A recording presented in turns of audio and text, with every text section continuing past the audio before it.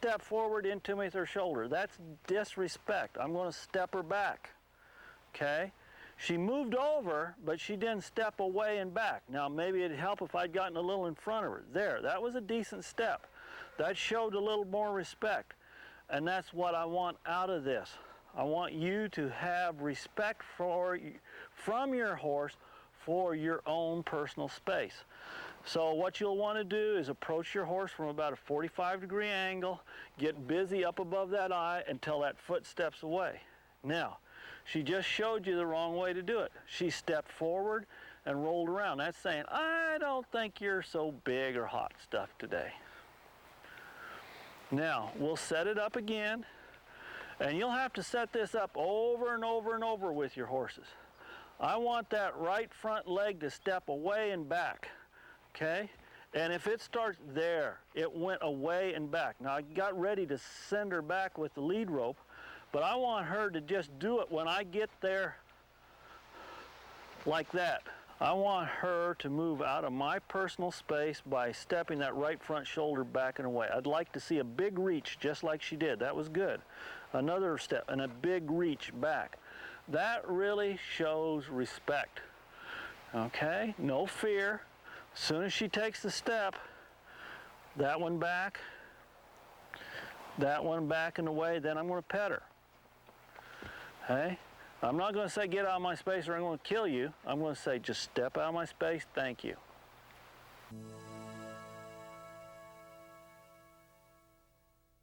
I want to put a big caution sign here. When you go up and drive the hindquarters away on your horse, the nose of the horse must be on the same side you are for those hindquarters to go away. If the nose is on the opposite side and you step back here and start driving those hindquarters away, they could kick you. I don't want anybody to get kicked. So if you're going back to drive the hindquarters, get the nose on this side, same side as you are. Have them flexing into you to step those hindquarters away. What we need to do is start building for disengaging the hindquarters from the front quarters. We want the front quarters to hold still, the hindquarters to move sideways so that big engine behind isn't pushing this horse off. What I'm going to do is I'm going to give this horse a signal to move its hindquarters over, just like I did to move the front quarters over. If it doesn't, I'll reach out with the tail of my rope and give it a little swat on the butt. Now, like I said, I want this nose bent on this side when I do it so that the hindquarters go away. If that nose is on that side, then the horse could kick me. So we'll see how alive Dusty is right now, and I'll move those hindquarters over. That wasn't bad, okay? Now, you'll see my hand signal, and she moves those hindquarters over. Hindquarters out of the way. Front end is stopped. Hindquarters, and I want a little bit more, so I'll give her a little wrap there. I want her getting much livelier. I want her stepping over, okay? Now, eventually, you'll get to where you can just look at those hindquarters. You can just point at them and send them away. Front end stops and they go away. You've pushed them out of your bubble so that you're not getting kicked. Now, after we've pushed the front quarters and the hind quarters, and sometimes you can even push the middle, get them to side passing, we've got a foundation that we can work with. This is the start of getting them to hook on to reading our body language. You've got to be able to push all parts of the horse around out of your bubble. This move is how we start building our one rein stop that anybody can execute from a horse, of pulling on the nose and getting the hind end to move sideways and become disengaged from the front quarters. Now, it's a building stone for collection and engagement later on, and that's always been a confusing point. Right now it's disengagement because the front end stops, but later on you'll want that hind leg to step up under and shift that wake and get this horse balanced and collected. So we want to get that inside hind leg coming up under, because that is a cornerstone of collection. What we've got to do is teach the horse when we want them to understand, when we want them to go forward, off of our body language. We can do this with just the thoughts of our mind and how our energy and our life is. We don't have to kick them, we don't have to whip them, we don't have to spur them. We can just liven them up. And that's what I want to start teaching you how to do. Now, it's much easier to get your horse to go forward by driving it forward. There are no leading exercises in this clinic. Everything is a driving exercise. So I'm going to encourage her to go forward. I'm not pulling her forward. See, there's a dip in the rein. I'm in here behind her, driving her forward. Now, if I need her to go faster, I'll twirl the rope. As soon as she lengthened and got a little longer stepped, I stopped twirling the rope. Now I want her to speed up. I'll twirl the rope. Okay, now I'm going to show you from a stop. I'll stop, she should stop. Okay, now I want her to go. As soon as she goes, I stop twirling the rope. Want her to stop again. Now I'm going to push her front quarters away from me just a hair so you can see me. Whoa, mare. She's reading my mind. Whoa there. Now I want her to go. I'll twirl the rope. And she walks off. Now the reason she walks off when I twirl that rope, there was a couple of times where I reached up and swatted her right on the top of the tail where another horse would bite her, okay? And I spun it overhand so that it went down against the grain of the hair. It didn't sting going up against the grain of the hair. And on the top of this area, right up here, okay? That's where other horses bite. Okay, where do predators bite? They bite down here and back here. Don't whip your horse down here. Don't whip your horse, period. Encourage them to go forward. Understand where you're going by things right up in this area. And that's a go forward signal. Okay? They don't take offense to that. They don't get their adrenaline pumping. They don't have a reaction. They respond. We want willing responses from our horses. Now we've done several rudimentary steps, just basically moving body parts. Now we'd like to put it together in something that's smooth and harmonious. So we want to get our horse to doing what I call the waltz, a three-step movement. Not that it's 3 steps and change, 3 steps and change to the beat of music, but I just 3 steps. First one is move the front quarters away, encourage them to go forward, let them move around you. I usually say go around 2 times, but no more than 4. That's fair, but you can mix it up anytime. Send the hind quarters away, send the front quarters away, encourage them to go forward. Now this is not a leading exercise. This is a body language exercise. Look where you want to go. I'm looking ahead of her. I'm saying I want her to go right up there ahead of her. Right up there. Now I'm going to change and I'm going to look right over there. I want her to come back and find out where I'm looking. She's following my lead.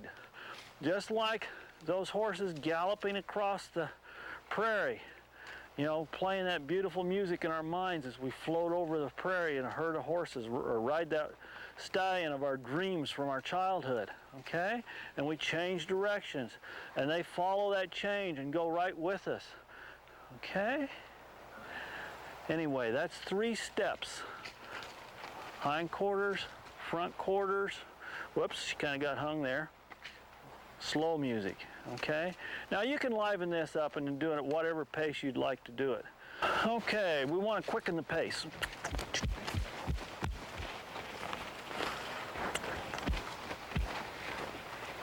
Just liven up, just liven up.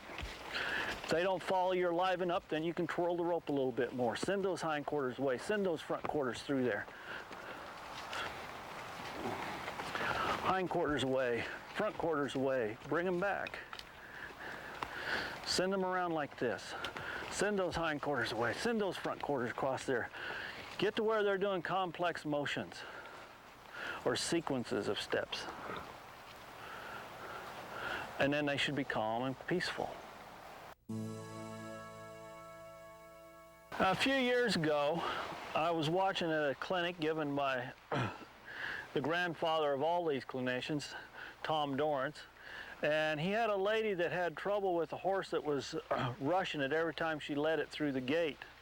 And he had her teach that horse to back up when she shook the rope back and forth like that. And as soon as that horse would take a step, she'd stop. And then you could shake again and stop.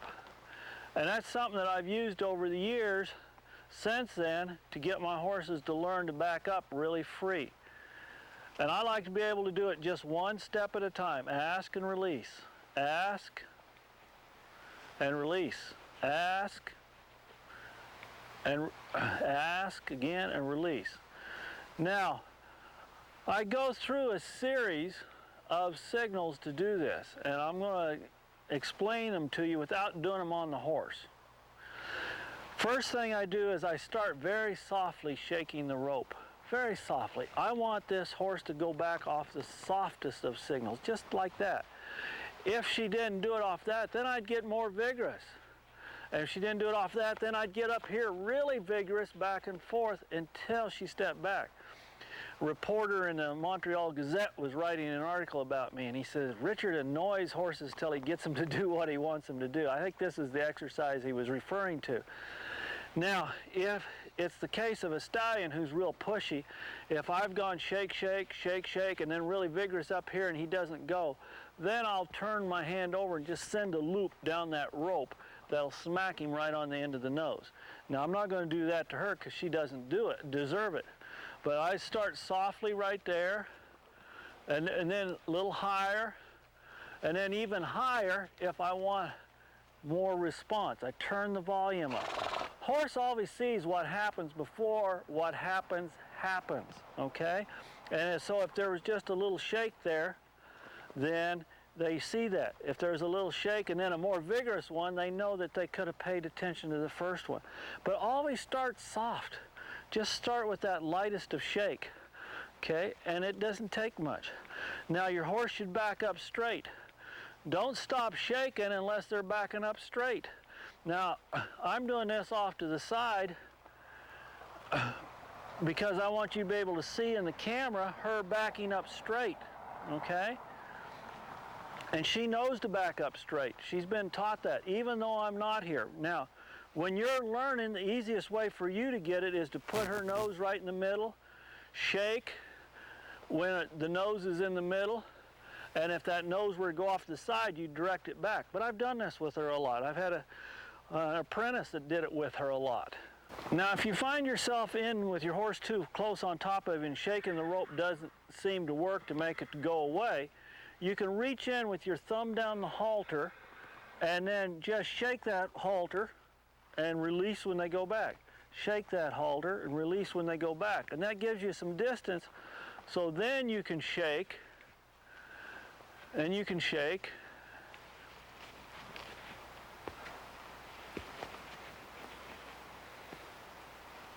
timing is of the utmost importance here. When the horse decides to step back, you've got to stop the stimulation, okay? That might be before the foot goes, but it's after the foot's in flight, you're almost too late releasing them. So I want you to watch. I'm going to shake, release, and the feet go. Shake, release, and the feet go. My hand's off that rope before that foot ever takes off. Shake, release. Shake, release. I hope you see that timing there. I'm timing when she decides to go. What I'll do here is I'll ask her to come forward, suggest she comes forward, and then I'll stop the stimulation. One step's all I wanted. Now I'm going to send her back a step. I want to be able to control that left front foot. Ask the left front foot would come forward. Oh, that wasn't there, right there. Now I'm going to send the left front foot back. No, I want it to go back, Mare, sorry. I know you got to get that fly. Left front foot back, there. Now left front foot forward, thank you. Stop right there. Send that left front foot back. Now send the